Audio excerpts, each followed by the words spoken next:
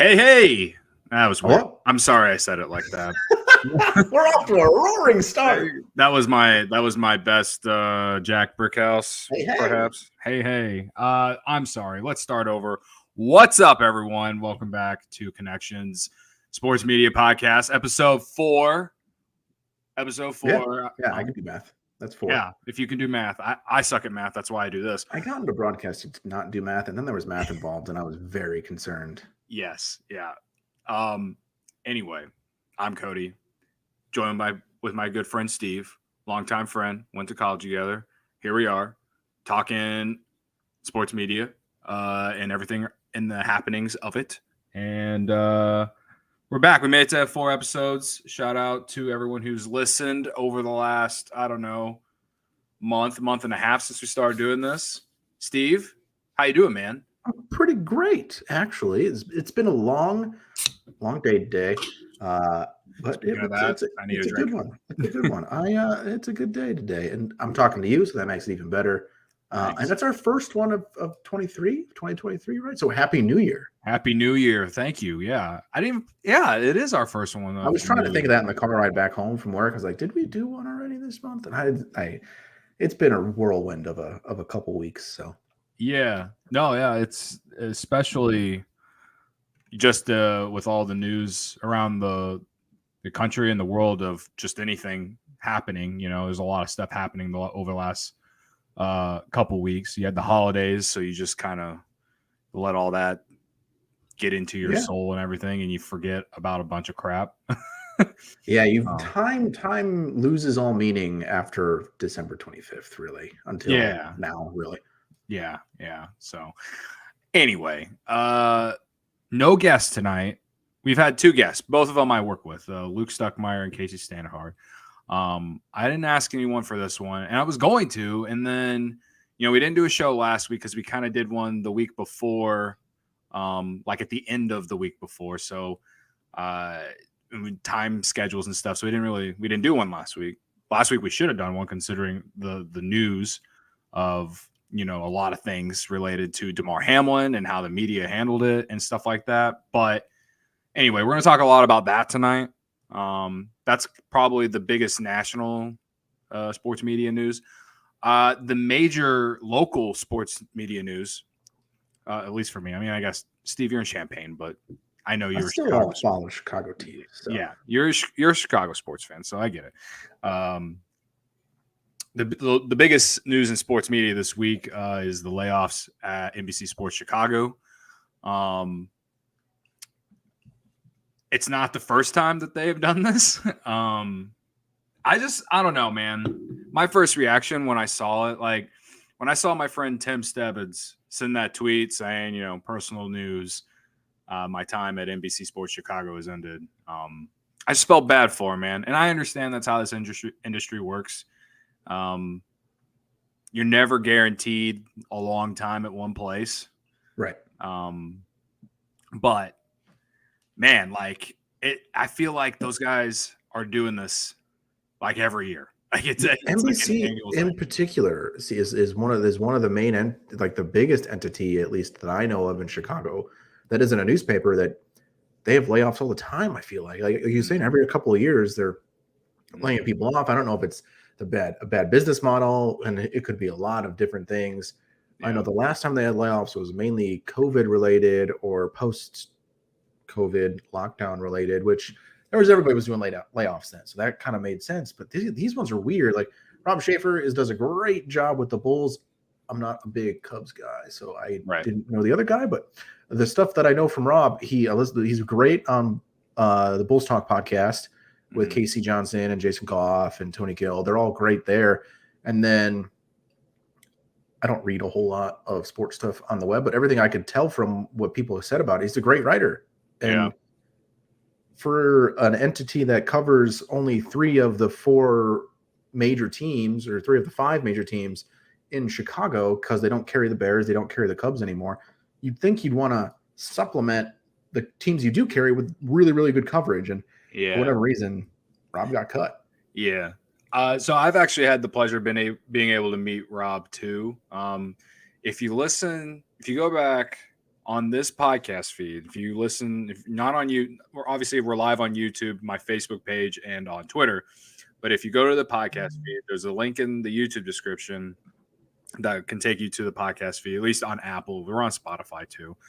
But if you scroll down on it, probably, oh man, I would say back in 2021 sometime, me and Tommy had Rob Schaefer on the show. And this was before, I think it was before the Bulls' new regime had came in and everything. And anyway, we just had a great conversation with the guy. He was, I know that NBC Sports Chicago wasn't his first stop, but young dude, very bright, very smart, does a really great job. So yeah, I have no doubt that he'll find a spot quickly, and I feel the same way about Tim Stebbins too.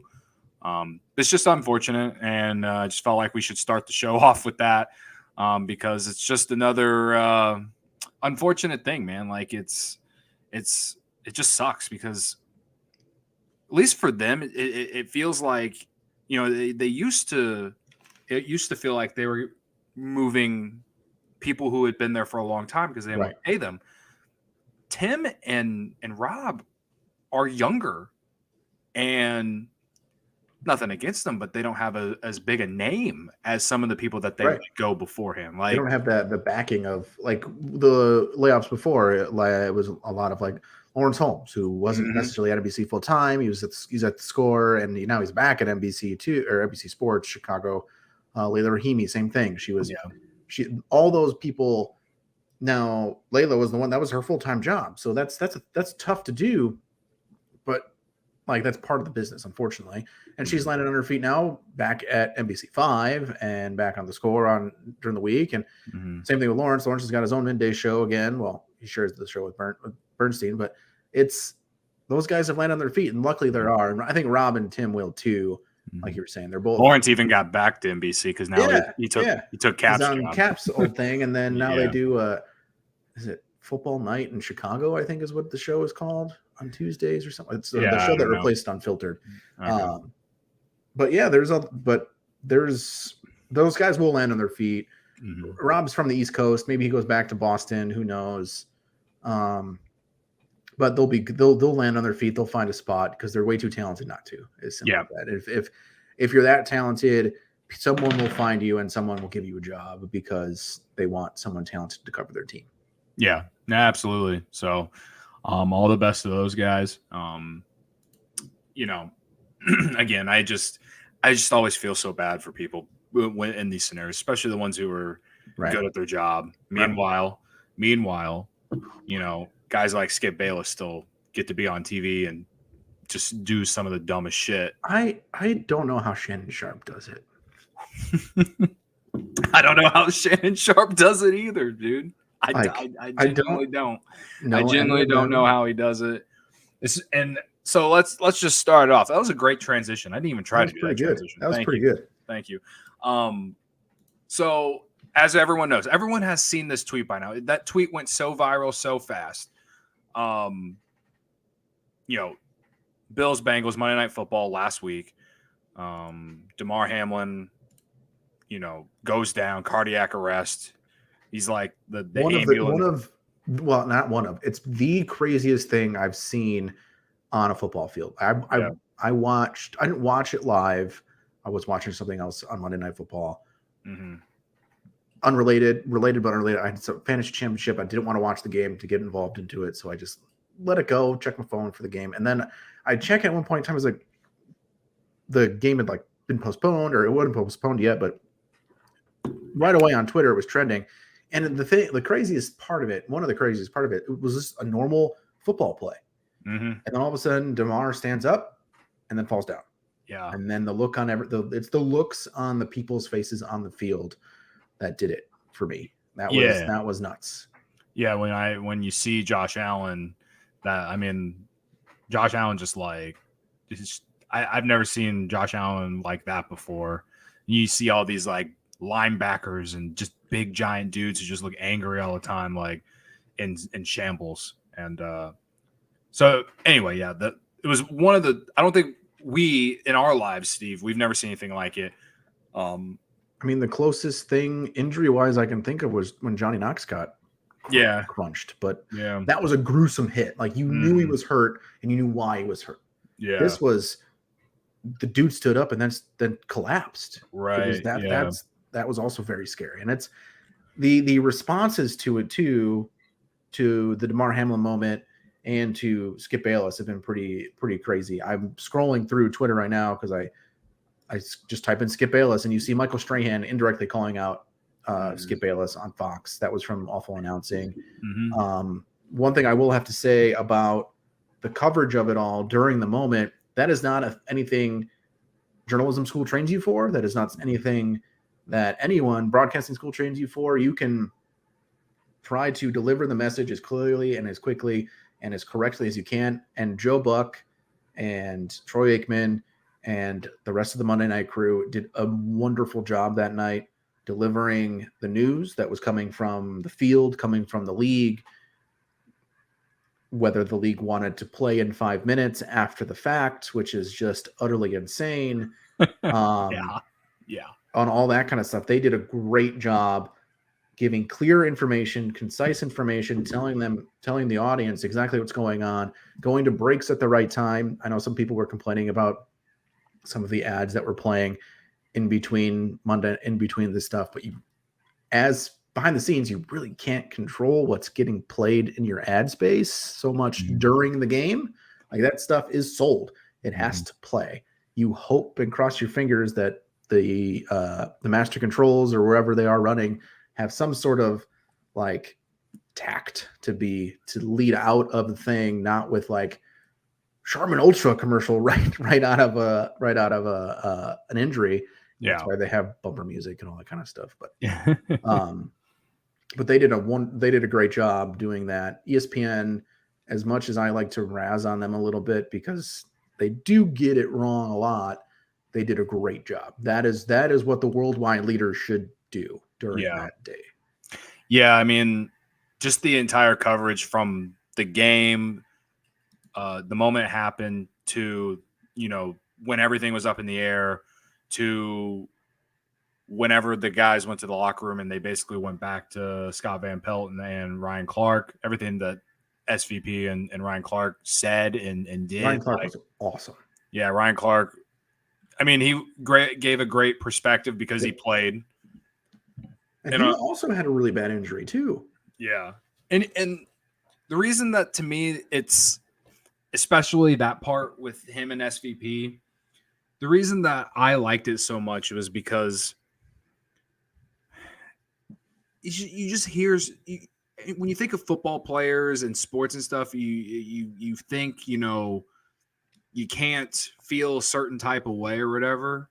And even in a situation like that, I still feel like some people wouldn't like open up like that. So, I applaud them for, being that, I guess, vulnerable or open in that type of scenario. And I mean,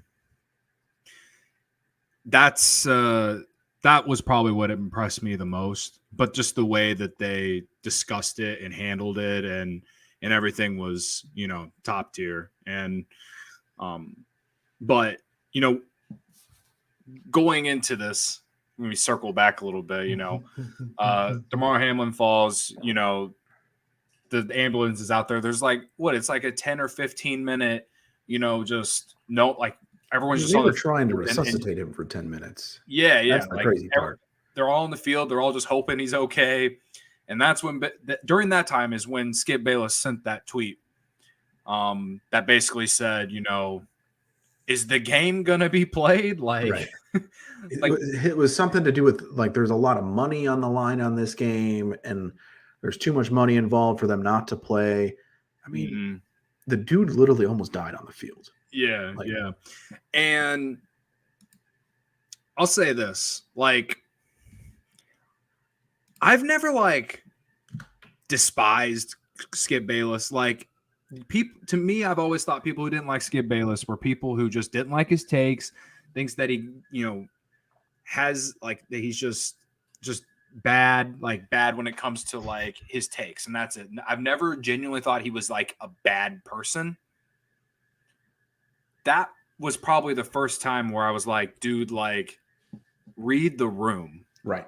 You know what I mean? Right. Like, I don't know. But at the same time, there have also been other people that have worked with him in the past that have criticized him, like you said. Michael Strahan, he criticized him. Marcellus Wiley, criticized him. You know, all kinds of other people that he's worked with have criticized him for this, and then other people, and some of those same people have, you know, basically said that they weren't shocked that he said something like that. Right. So that tells you that There's a pattern. there's a pattern, that this is something that he is a person like this. So, you know, of course, since I don't know him, like, that's what I've always thought is, you know, Right. people who don't like him is just because of his takes or whatever. I've always had some sort of respect because he gets to do what a lot of people don't get to do on television. Right. That's, I mean, most people that work in media, if someone were to come up to you and be like, hey, you want to host, what's his show called? Unfiltered? Undisputed. Mm-hmm. There's too many. You want to go host Undisputed on Fox Sports 1 every day? Mm-hmm. I'd say 9.9 out of 10 people would say yes. Yeah. So, yeah, like the job itself is great, but you can still be a good person and not be an asshole. Right. And I have that job. Now, a lot of people, so obviously there were a lot of people who were upset. And then I also saw people who were like defending him because they read it as if he was just curious if the game was going to end or not. And my whole thing with his tweet is that the timing just could not have been worse. Right. If he sends that tweet when the players in the locker room or whatever, like, it probably wouldn't come off as bad. Uh-huh. But he typed that out and sent it when the players are on the field hoping that a guy that they play football with lives. Right. You know what I mean? The first tweet, I found it, is from Skip Bayless, quote, no doubt the NFL is considering postponing the rest of this game, but how? This late in the season, a game of this magnitude is crucial to the regular season outcome, which suddenly seems so irrelevant. Like, yeah. The first half, the first line, no doubt the NFL is considering postponing the rest of this game. And then saying it's crucial to the regular season outcome, and then which suddenly seems so irrelevant. Like, the only things that matter there, or the only things that matter is the dude going to survive? Yeah. If he does, then the NFL can figure it out. They did. Yeah.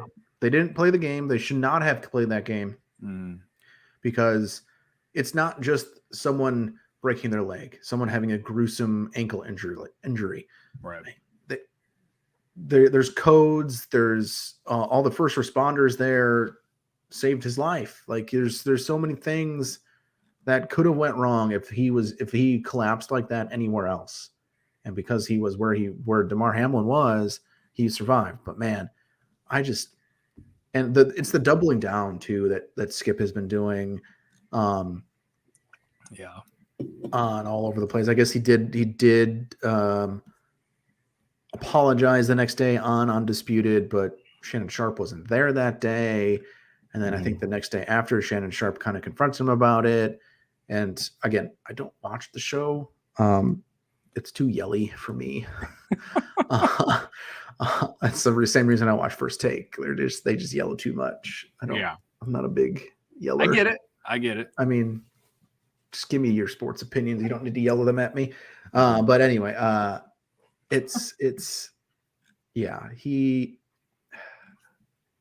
shouldn't have tweeted it. Like, everyone was wearing the same thing. Are they going to play this game or not? Everyone already knew the circumstances of the game. Everyone knew it was that Bills Bengals game was hyped up all week because it was Joe Burrow, Josh Allen going at it, number one seed on the line in the AFC. Like, everybody knew the stakes. You didn't need to remind people how crucial the game was. Right. As someone is getting carried away in an ambulance. Like, no one needs to know that. No one needs to do it. No one needs to say that. Everybody knows how crucial the game it is. Right. sometimes it's okay to not tweet. Yeah, and that was kind of my thought process too. Is like everything he said, like it's like, yeah, we know, and the way that he worded it just made it. It was just one of those, like, honestly, I felt like it was one of those, like, if like my mom or my dad or like my grandpa would have tweeted and not knowing what today's like culture is like. That's just like, that's what it felt like. It was one of those, like, oh my god, what are you doing, dude? And Yeah. I don't know. Shannon Sharp the next day didn't go on Undisputed. He wasn't there, and Skip like answered to all the criticism or whatever. And like you said, he basically doubled down, said that like everyone read his tweet wrong, this and that. And it was so bad, Steve, that I just wish he would have just apologized. Like, right. Like that's all people wanted, was just to admit that you were wrong. And like, I think this is the problem with him now, that you know, I'm always going to remember, or at least think of him, is that he just cannot admit that he is wrong ever.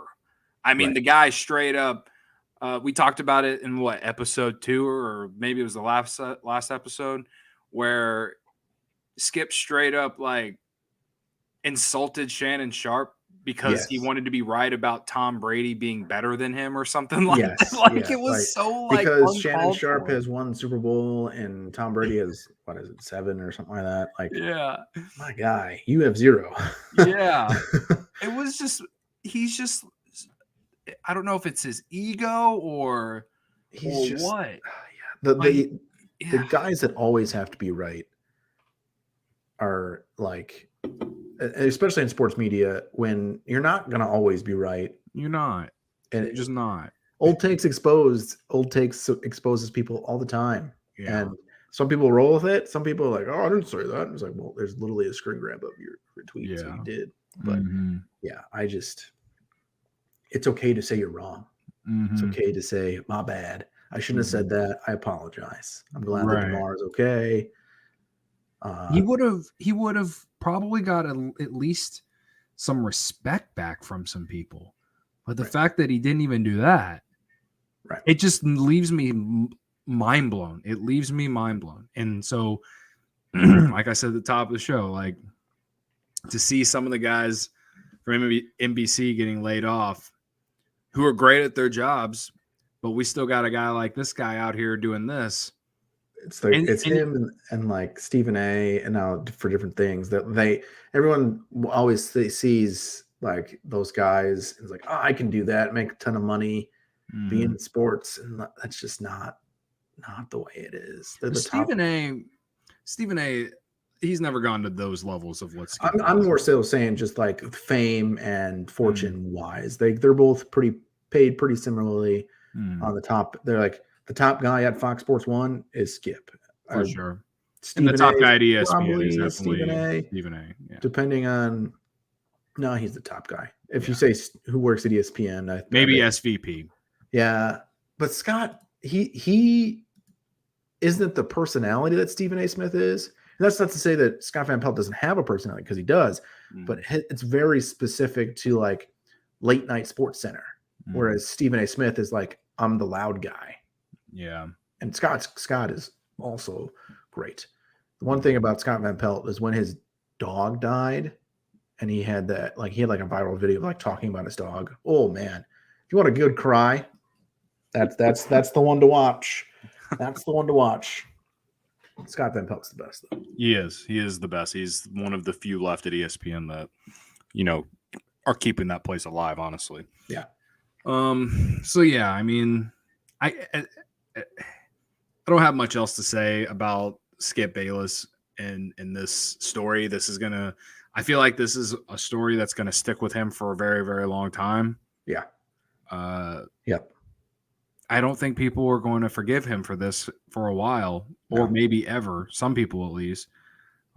But again, I just, whether he meant bad by it or not, if you're not going to apologize for it, then you got to be smart enough to know when to say when to say things. That's just the fact of the matter. That has nothing to do with like our society today and how like we're all a little bit more sensitive than 15 years ago. He sent that tweet with a guy on the field who Right. might have died. Right. That's what it's not like. Like I am particular trying to watch what I say sometimes, watch what I say, and I don't think he really does. But it's not like, oh, the woke media is coming after. It's like, nah, man, that dude was getting CPR on the field. You need to like not say that kind of stuff. Yeah, like that's the thing, and it was coming from all sides too on Skip that day. Like everybody was like, nah, that's not cool, and the people that were showing their ass agreeing with him, like, yeah, I have $50 on this game or whatever it is. Probably not that much money for that game, but like. I don't know. The guy was on the field fighting for his life and did for a couple days. Like it's remarkable that Damar Hamlin is back in Buffalo getting treatment. Like that is absolutely remarkable. And it's great to know that helps he's 24 and probably in some of the best shape of anyone else's lives. But yeah, that is incredible. And I would not be surprised if you saw a tweet in a couple days, if he's feeling great, that he's going to try to suit up for one of these playoff games if the Bills make a run, and which would be insane. Yeah. In a lot of ways. But I mean, football players are #built different. I think if Buffalo plays, I think on Saturday. Do they play Saturday? No, they play on Sunday. They play on Sunday. Okay, yep. So I saw some random tweeter say something. Just Damar Hamlin run them out of the tunnel. Like if that happens, that would be one of the most electric things to happen in Orchard Park in Buffalo, wherever they play. I forget where it is. I forget what it's called too, but yeah. But yeah, that would be one of the most electric things to happen. I mean, them returning the opening kick for a touchdown and all the threes. There was like to finish 13-3, they scored or they won 13-3, or it was like a lot of weird numerology things. Which, if you're into that kind of stuff, there was some good stuff from the game that they beat the Patriots in. Yeah. Okay. Well, I would say I think we hit everything there. There's not much more to say about Skip, really. It's just I'm happy that there was a lot of criticism from other people within the realm. Yes. And I'm like, I give Shannon credit for confronting him on the show. Like that is something like, yeah, do you take a day? Maybe I guess he wasn't scheduled to be on the next day. Okay, fine. But still, so he got to take that day and think about what he wanted to say, how he wanted to confront him in front of a national audience. Like that's important to do that, because the only way people will change is if you put them on blast like that. Not necessarily on blast, but you put them out there. You make sure that they know what's wrong. Yeah. Why that was wrong. And some people won't listen. I don't think Skip really listens to anybody but himself. No. But yeah. I guess the only other thing related to the people in media talking about this storyline, and I don't want to talk about it too much because I don't want to like annoy people, but like I can't believe, because our freaking society is so fucked, Steve. But the fact that people had to use this to put down the vaccine just... Oh, man, that bull. Oh, my God. And whether you're like an anti-vaxxer or not, we're talking about a guy who just had cardiac arrest. Like, I don't know, stretch. Man. It's the stretch for me. Like, yes, exactly. It's the stretch. Like, I just... Now, it leads me back to our society being just so fucked, dude. And it's every time someone collapses suddenly. I mean, even today, Lisa Marie Presley died earlier today. She died at the age of 54. She also had cardiac arrest and died in the hospital today. There's already people doing the same exact thing. Of anytime anyone has suddenly died or has a cardiac event, there are some people in society, some of them with very large platforms, saying, well, Maybe if we didn't have this COVID vaccine come out and get quote unquote rushed out. It wasn't rushed out. They've been working on a vaccine for coronavirus for a long time. The things that were sped up was the red tape at the FDA. Yeah. It's not that hard to find that information.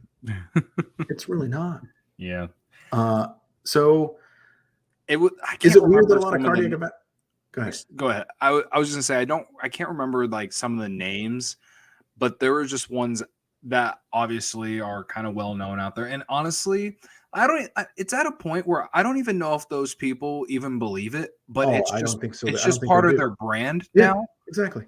And like, because they know that the audience that does believe it will latch onto it, make it go viral, and then they make money off of going viral. Mm-hmm. Not necessarily that they don't, and maybe some of them do believe it, or they went to a great acting school and they can pour it on. But there are a subset of society that will believe almost anything you put on the internet. Yeah. And media literacy is not as high as is not high, because media is coming from all sides. It's coming from everywhere. Anytime you open a phone, anytime you get in your car, anytime you go to the grocery store, there is ads and media around you, and everything around you has some sort of spin on it. This is I work for public radio. I work at NPR, or an NPR member station. Yeah. They have a spin. I mean, it's still spun. It's good information, but there's still a spin to it. There's always going to be a spin to it because everyone has their own personal biases. Mm-hmm. But you have to be able to say, yes, okay, the person giving me this information may have a personal bias, but is the information good? Is the information from well sourced? And a lot of the times, those people that just keep spewing bullshit, it's not well sourced, or it's from some doctor that was uncredited, or they had their medical license taken away because they were spewing nonsense, or it's from someone that's into eugenics. Like, there's no sense into these people that believe that the COVID-19 vaccine, which is a safe vaccine. I've gotten vaccinated 3 times. I got the Johnson & Johnson first shot. I got Moderna the second time around, and Pfizer bivalent shot. I'm still here. I've been great. I haven't gotten COVID once. Yeah. You know why? Because vaccines work. Mm-hmm. You know why people don't get polio anymore? Because vaccines work. Again, I didn't want to touch on it too much because you hit me. It is a controversial thing, but it shouldn't be. It shouldn't be. You're right. It shouldn't be. And I just can't believe that there were some people that are in media that jumped straight to that. Yeah. And I mean, I love a good. That's probably my biggest criticism of any of the coverage related to it over the last week and a half. I love a good conspiracy theory. All the conspiracy theories of the Lincoln assassination, the Kennedy assassination, like this moon landing, which the moon landing did happen. Come on now. Like all like the weird ones, like Ancient Aliens. I love that show. Like that kind of stuff, because it's so outrageous, is funny and it's interesting. It's like, oh, it makes you think. But when it's the COVID vaccine and there's little doctors out there telling you, hey man, no, that's not right. Unlike there's evidence, like literal evidence. It's not like, oh, well, maybe. No. Okay. All right. Well, let's spin it to some positive stuff before we end the show today. And again, I'm just glad Damar Hamlin is okay. That is the most important part. He is okay. Mm-hmm. He is home. He's on the road to recovery. Right. So I guess these are kind of just some interesting things that I saw. I was scrolling Awful Announcing this evening and saw for all those out there. What'd you say? Great Twitter follow for all those looking for new ones. Yeah. So the college football national championship was Monday. It was an absolute barn burner. And when I mean by barn burner, I mean it wasn't. It was over the first quarter. It was, Georgia -13 was never a doubt, folks. Oh, no. Georgia.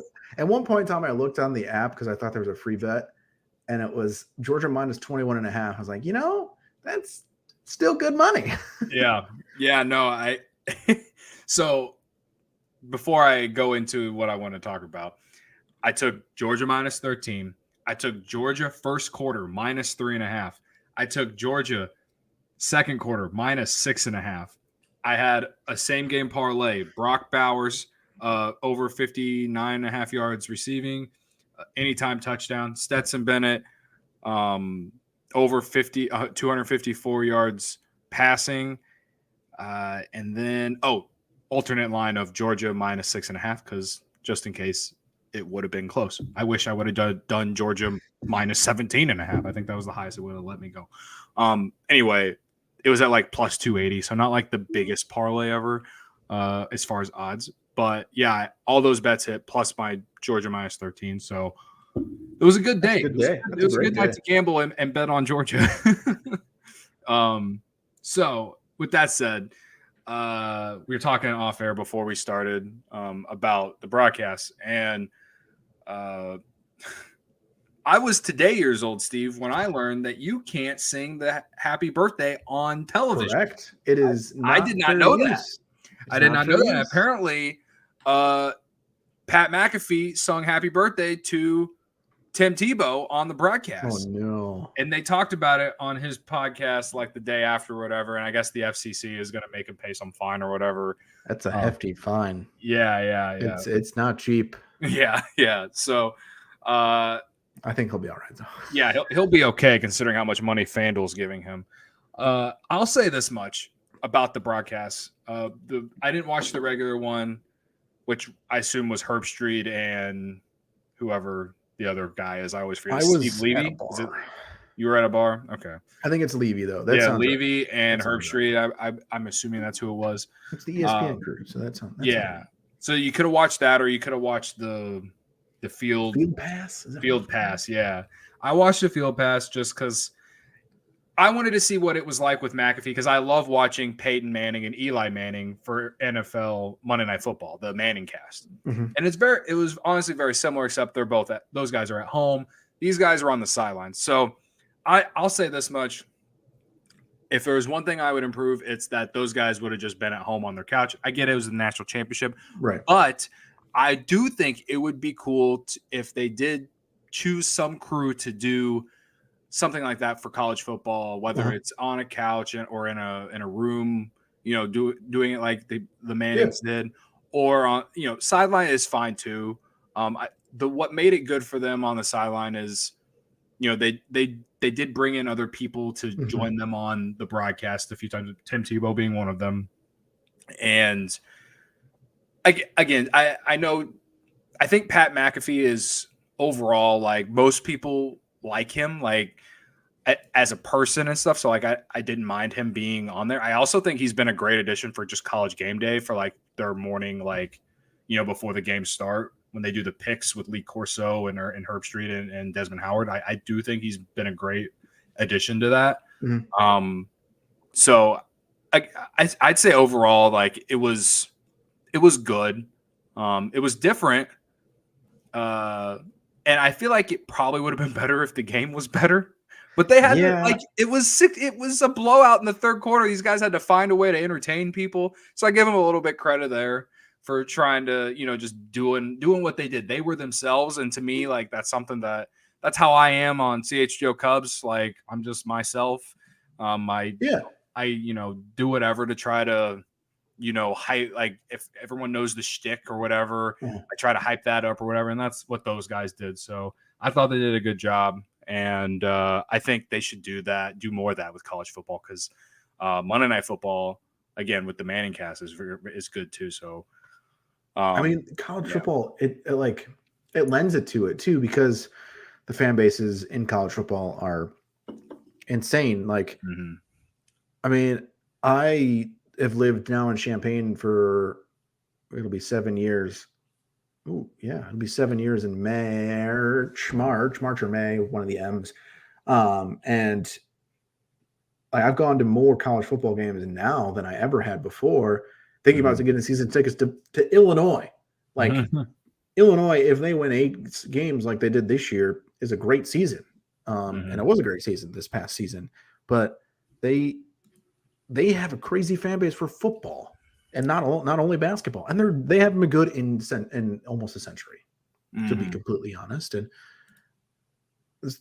so think about it. Say the Iron Bowl, Alabama, Auburn, and they have Pat McAfee and whoever on a couch watching that game, or they do a red zone version of it. They're like, let's watch these really cool matchups. Hey, because Alabama's playing Southern University or something like this because it's the SEC bye week. So let's go watch a ton of Big Ten games. Not anymore because the media deal with the Big Ten, which is something else we should talk about. But that, yeah, I agree with you. That'd be really cool to see a Manning cast style thing for college football. They did it with baseball. It didn't really work because Michael Kay and A-Rod are kind of boring. And it's so Yankee centric. Yeah, dude, like ESPN can't figure it out with like who to have first off on their broadcast, like do their Sunday night baseball broadcast. They can't figure it out. I like Boog. Yeah, I like Boog too. Obviously, I have to listen to him for 162 games a year, but it's like after it, whether it's Boog or Vaskurjan, after that is what just is what's the problem. Don't have well, and do they want it to be a broadcast, like a straight up play-by-play color broadcast? Or do they want it to be a conversation with a game in the background? Like that's what they have to decide. That's a good suggestion there, Mike. RG3, Tebow, Manziel, college football legends. That'd be good. RG3 is good on TV. Cool. RG3 is good on TV. Yeah. Tebow is fine. I don't know what Johnny Manziel's up to right now. I think he was trying to make a run in the XFL or at one point. Yeah, so I don't know. But I do think the FCC would come after Johnny Manziel really fast. But I do like the idea of like guys like this, like Stetson Bennett's going to be a college football legend, and he's going to have a car dealership in 10 years. You know what I mean? Oh yeah, he's a car dealership or insurance salesman. He's going to be doing one of those two in 10 years, and like people would like that, like him or just well-known college football players that were just good in college football. What I mean? RG3 would have had a good NFL career if he would have just stayed healthy, but whatever. Yeah, I agree with that. RG3 getting rocked, tearing that ACL. Yeah. Ooh, that was a tough one too. Yeah. So anyway, related to what you're saying for baseball though, like, I do think like that would be great for them because like no one wants to tune into the regular Sunday night baseball broadcast unless their team is playing. That's just the fact of the matter. Like it's not like Sunday night football. It's not like hell, even when the NBA is on. It has nothing to do with what the sport is. It has a lot to do with who is calling the game. Baseball in particular, because it is so regional, because it's so tribal. Like baseball is probably the most tribal of the sports. Like you root for your team. Where football, it's more of it's a show. It's more of the show. And I don't know if baseball can do that just because it's a slower paced game. Like I love baseball. I could watch a 2-1 pitchers duel is just as fun to me as a 5-4 or an 8-7 bomber fest. Like, but you have to have the right kind of guys to talk about it, to tell you why it's important, why it's going on. And hell, if you get someone in the 4th, 5th, 6th innings that can like have a good conversation with whoever's on there. So you bring in David Ortiz, who's pretty good on TV.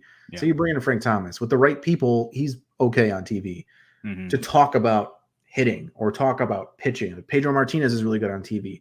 You know who was actually really good was Adam Wainwright.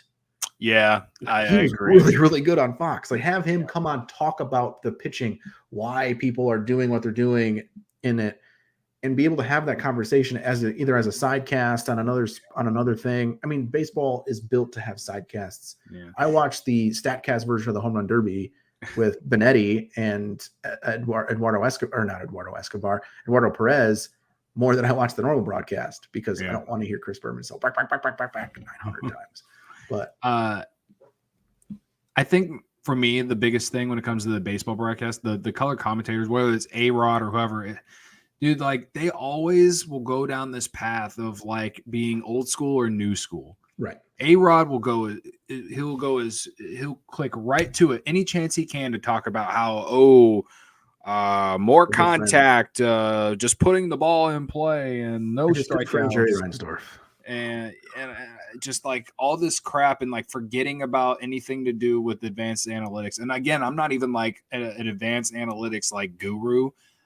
I just believe that they do play a factor into how the game is today. And like a lot of the old school guys don't believe that. And I'm sorry, like you have to implement some of that stuff into today's game because Fangraphs is a popular website. And the only way you're going to grow the game that baseball needs to do is to explain why those stats matter, why exit velocity matters, why weighted on base percentage matters, why the three true outcomes matter. Like, and it's all stuff they've used. They just don't know it. Yeah. Like it's not like war is a weird one. War is kind of a not made up, but it's a mathematical formula. But like exit velocity, that's how hard you hit the ball. A-Rod hit the ball really freaking hard. Had 700 home runs or whatever it was. Like, yeah, that's why he was successful, is because he hit the ball hard. Right. And yes, did he hit it where they're not? Yeah, because he had power to all fields. Like he was one of the best players ever to play. Right. But they just don't know that you've been using this. It's just now people have a name for it. Yeah. So anyway, yeah, I like how the college football playoff, how ESPN did the broadcast. It probably would have been even better if the game was good, but it wasn't. I feel bad. I say I feel bad, but I really don't feel bad. They're making money now. The TCU getting there, and like they just ran into a gauntlet of Georgia. Like that is. Here's how many first round picks on Georgia last year was like 8 in the first round or something like that. They're gonna might have just as many this year. Yeah, it's a gauntlet. I think they own college football now. Yeah. Until somebody else. Here's a media question for you, Steve. And this is something that, obviously I do the Cubs podcast for CHGO. But you know me, I'm a huge diehard Illini fan. And I know, and I'm not saying this because I've let it go into my head, but I do know that I have, 4,000 followers on Twitter. So I do know that I have to like somewhat watch what I say when it comes to certain things. And one thing that I feel like I always have to feel, what I have to watch what I say is when it comes to criticizing college athletes. And with NIL now, and these kids all making more money than I've ever even made in my life, does that allow media to criticize some of these guys a little bit more? Or do you think because they're college students, they still have to, not to say that media hasn't ever criticized, a basketball player that plays in college or anything, but like, I don't think that they've ever gone to the lengths of what we see for professional athletes. That's for sure. I think you said the magic word. There's kids. They are still kids. They're 18 to 23-year-olds usually. We saw one of the McCaffrey brothers in Iowa take some time off because of anxiety. We saw someone, Sky Clark in Illinois, has taken some time off. Now he hasn't disclosed what for. I think that criticizing someone's play on the court or on the field is one thing. That comes with the territory. Yeah. I think some people take it a step too far and say, well, now they're just NIL guys. Now they're just here for the money. And is that the case for some? Probably. If someone's going to offer you more money to go do something, you're going to go do it for them because they offered you more money for it. Right. But they are still putting a product on. And they have to perform for that product. You have to perform well. And if they're not performing well, criticism comes. It was coming before, but I don't necessarily agree with the people that start attacking them all the time. And the hard part with college athletes is they also get it in person from classmates, from fellow students, because they still go to class. They don't go to as many classes, but they still go to class. They still do this other stuff. They still go around town, and they're not like professional athletes that can kind of go home, go to the gym, go out. Go home, go to the gym, go out. Like that's their kind of their lives where they still have to go to class. They still have to go interact with people every day. And that adds another layer of stress. And I think you're going to start seeing some better media training for college athletes at other universities other than the Power 2 or Power 5s because of the criticism that some of them are getting. And I hope that more college athletes do take time away if it is affecting their day-to-day life, because it's like what the top 1% of the 1% end up making it to play professionally. And some of those players that aren't getting NIL money aren't ever going to be able to play a professional sport because there isn't a league for that. Like, I think it was last year, there was the women's soccer player from Stanford that killed herself that committed suicide because of anxiety, because of all the pressure that gets put on these kids. They're kids. That's the thing. I mean, would you, 18 to 23-year-old Cody, want someone to say you suck at everything you do when you open a microphone? No, I definitely not. That's the hard part. That's the part I'm like, they're still kids. Like, it's okay to criticize them. Yeah. And I don't think I've said anything online on my Twitter feed or on TikTok. I don't think I've said anything that, has, offended people or anything like that if it were to reach them. But I don't know. It's just a very, it's weird. It's a very weird and interesting thing. It's still the Wild West out there. I mean, even just the other day, Brett Bielema was tweeting about how NIL has changed things. How coaches don't like it, because coaches don't have control anymore. Yeah, but coaches aren't the ones putting their bodies on the line for free. Yeah, or what that, was and free. The fact that the NCAA was making so much money off these kids. I mean, the NCAA still is like the amount of NIL money that is getting to college students or college athletes is a fraction of what the NCAA is making. Hell, look at this is kind of something I wanted to bring up before we head out of here. Is Kevin Warren was just named today the president and CEO of the Chicago Bears. Right. Look at the money he's brought in just for the Big Ten that no college athletes getting. The universities are, though. Their coaches are. Their ADs are. But the students and the athletes that are actually putting the product on the field, on the court, are getting $0 from the NCAA, from the universities. They're getting it from the Illini Guardians, who are problematic, who are getting it from whatever NIL group is coming in to write the biggest check, which that part of NIL is problematic to me. Yeah. When you have a group of rich alumni that are coming in and be like, well, we want you to come play, that you 17-year-old kid that has a good high school tape to come play for our university because we can write you the $100,000 check. So if someone came up to me, he's like, at 17, we're going to give you $1 million, I'd pretty much do anything for him. At 17 years old, because that's what these kids are getting recruited at. It's 17, sometimes younger, for basketball. Like, that's insane. That's ridiculous amounts of money. That's life-changing amounts of money for teenagers. And the thing that I like about NIL, though, the thing I do like about it is in Nebraska, there's commercials for, I think it's a defensive end or a wide receiver from Nebraska. His name is DeColdest.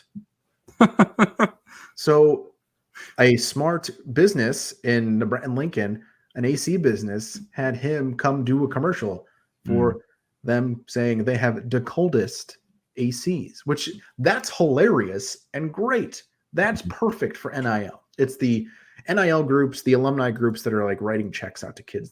That part makes me squirm. But yeah, Kevin Warren is going to make a lot of money for the Bears. Yeah, I sure hope so, and I hope they build that big old stadium in Arlington Heights. Out in Arlington Heights, I'm ready. Fix the train station. You see that video of what the city of Chicago is like, their plan is or whatever to try to keep the Bears. I'm sure George McCaskey got that, watched the 2.5-minute video and said that's cute, and then deleted the email. Because they don't own the land. They want to own the land. Right. They want Jerry World. Yeah. And I don't blame them. And you know what? I